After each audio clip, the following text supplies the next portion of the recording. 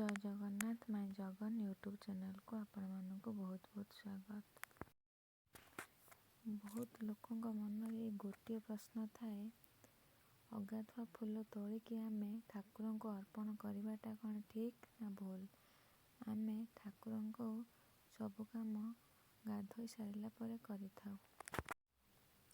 ସେମିତି ଠାକୁରଙ୍କ ଶରୀରକୁ ସ୍ପର୍ଶ କରୁଛି ଯେଉଁ ଫୁଲଟି ଦେବତାଙ୍କର ଅତି ପ୍ରିୟ, ସେହି ଫୁଲଟିକୁ ଅଗାଧୁଆ ତୋଳିବା କ'ଣ ଠିକ୍ ହେବ? ଶାସ୍ତ୍ର ମତରେ ଯଦି ଆମେ ସ୍ନାନ ସାରିଲା ପରେ ଫୁଲଟିକୁ ତୋଳିବା, ତାହେଲେ ସେ ଫୁଲଟିକୁ ଅଙ୍ଗାର ବୋଲି ଆମେ କହିବା। କାଠ ଯେମିତି ନିଆଁରେ ଜାଳି ସାରିଲା ପରେ ପୋଡ଼ା ଅଙ୍ଗାର ବୋଲି କହିଥାଉ, ସେମିତି ଆମେ ଫୁଲଟିକୁ ସ୍ନାନ ସାରିଲା ପରେ ତୋଳିଲେ ଅଙ୍ଗାର ବୋଲି କହିବା। ତାହା ପୂଜା କାର୍ଯ୍ୟରେ ବ୍ୟବହାର କରାଯାଏ ନାହିଁ। ଫୁଲ କିପରି ଭାବରେ ତୋଳିବା ମୁଁ ଆପଣଙ୍କୁ ଏହି ଭିଡ଼ିଓରେ ଦେଖାଇ ଦେଇଛି। କନିଷ୍ଠ ଆଙ୍ଗୁଠି ଏବଂ ବିଶି ଆଙ୍ଗୁଠି, ଏହି ଦୁଇଟି ଆଙ୍ଗୁଠିର ସ୍ପର୍ଶ ନ କରି ଅନ୍ୟ 3 ଗୋଟି ଆଙ୍ଗୁଠିର ସ୍ପର୍ଶ କରି ଫୁଲ ତୋଳି ପାରିବେ। ଫୁଲ ତୋଳିବାର କେତେଗୁଡ଼ିଏ ନିୟମ ଅଛି, ଯେମିତିକି ଦ୍ୱିତୀୟ ପହରରେ ଫୁଲ ତୋଳାଯାଏ ନାହିଁ। ଯଦି ଆପଣ ଫୁଲ ତୋଳିବେ, ତାହେଲେ ପ୍ରଥମ ପହରରୁ ଫୁଲ ତୋଳିକି ରଖିଦେଇଥିବେ। ଆପଣ ମଧ୍ୟ ସନ୍ଧ୍ୟା ପୂଜା ପାଇଁ ପ୍ରଥମ ପହରରୁ ଫୁଲ ତୋଳିକି ରଖିଦେଇଥିବେ। ଦ୍ୱିତୀୟ ପହରରେ ଆଉ ଫୁଲ ତୋଳିବେ ନାହିଁ। ବହୁତ ଲୋକମାନେ କଢ଼ ତୋଳିକି ପାଣିରେ ପକାଇ ଦିଅନ୍ତି। ସକାଳୁ ଫୁଲଟି ଫୁଟି ଯାଇଥାଏ, ତାକୁ ଠାକୁରଙ୍କ ପୂଜାରେ ଲଗାଇଥାନ୍ତି। ଏହା ସମ୍ପୂର୍ଣ୍ଣ ଭୁଲ। ଏମିତି କଲେ ଆମକୁ ପାପ ମଧ୍ୟ ଭୋଗିବାକୁ ପଡ଼ିଥାଏ।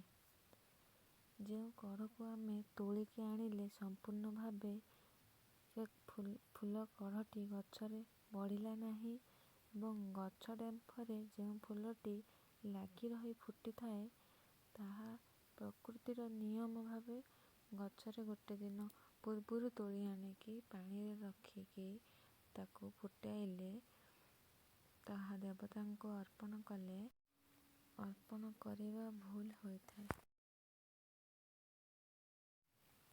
ବହୁତ ଲୋକଙ୍କ ନିଜ ବାଡ଼ିରେ ଯଦି ଫୁଲ ଗଛ ନାହିଁ, ଅନ୍ୟମାନଙ୍କ ବାଡ଼ିରୁ ଫୁଲ ଆଣି ପୂଜା କରନ୍ତି। ଏହା କୌଣସି ଭୁଲ କାମ ନୁହେଁ।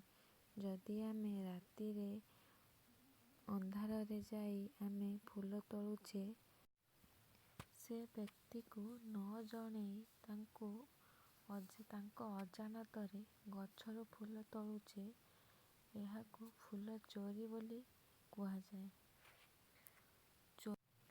ଚୋରି କରିକି ଯେଉଁ ଫୁଲଟିକୁ ଆଣି ଠାକୁରଙ୍କୁ ଅର୍ପଣ କଲେ, ଠାକୁର ସେହି ଫୁଲଟିକୁ କେବେ ବି ଗ୍ରହଣ କରିବେ ନାହିଁ। ବରଂ ଆପଣ ଫୁଲ ଗଛଟିଏ ଲଗାଇ ତାକୁ ପାଣି ଦେଇ ଛୋଟରୁ ବଡ଼ କରି ଯେଉଁ ଫୁଲଟିକୁ କଷ୍ଟ କରି ଫୁଟିବ ସେହି ଗଛରେ, ତାକୁ ନେଇ ଠାକୁରଙ୍କୁ ଅର୍ପଣ କଲେ ଆପଣଙ୍କୁ ମଧ୍ୟ ବହୁତ ଖୁସି ଲାଗିବ ଏବଂ ଠାକୁର ବି ମଧ୍ୟ ଖୁସିରେ ଗ୍ରହଣ କରି ଆପଣଙ୍କୁ ଆଶୀର୍ବାଦ ମଧ୍ୟ କରିବେ। ଫୁଲ ତୋଳିବା ସମୟରେ ଗାଧୋଇ ନାହାନ୍ତି ସତ, ଯେଉଁ ଲୁଗା ପିନ୍ଧି ଆପଣ ଶୋଇଥିବେ, ସେହି ଲୁଗାକୁ ପିନ୍ଧି କେବେ ବି ପୁଷ୍ପ ଚୟନ କରିବେ ନାହିଁ ବା ଫୁଲ ତୋଳିବେ ନାହିଁ ଏବଂ ଧୁଆ ଲୁଗା ପିନ୍ଧି ଫୁଲ ତୋଳିବେ। ଯେଉଁ ଲୁଗାରେ ଟଏଲେଟ୍ ଯାଇନଥିବେ ବା ବ୍ରସ୍ କରିନଥିବେ, ଏହି ଲୁଗା ପିନ୍ଧି ଫୁଲ ତୋଳିବେ। ଫୁଲ ତୋଳିବା ସମୟରେ ପାଦରେ କେବେ ବି ଚପଲ ପିନ୍ଧିକି ଫୁଲ ତୋଳିବେ ନାହିଁ। ଯଦି ଏହି ଭିଡ଼ିଓଟି ଆପଣଙ୍କୁ ଭଲ ଲାଗିଥିବ, ତାହେଲେ ଭିଡ଼ିଓଟିକୁ ନିଶ୍ଚୟ ଲାଇକ୍ କରିବେ, ସାଙ୍ଗମାନଙ୍କ ପାଖକୁ ସେୟାର କରିବେ ଏବଂ ସବସ୍କ୍ରାଇବ୍ କରିବାକୁ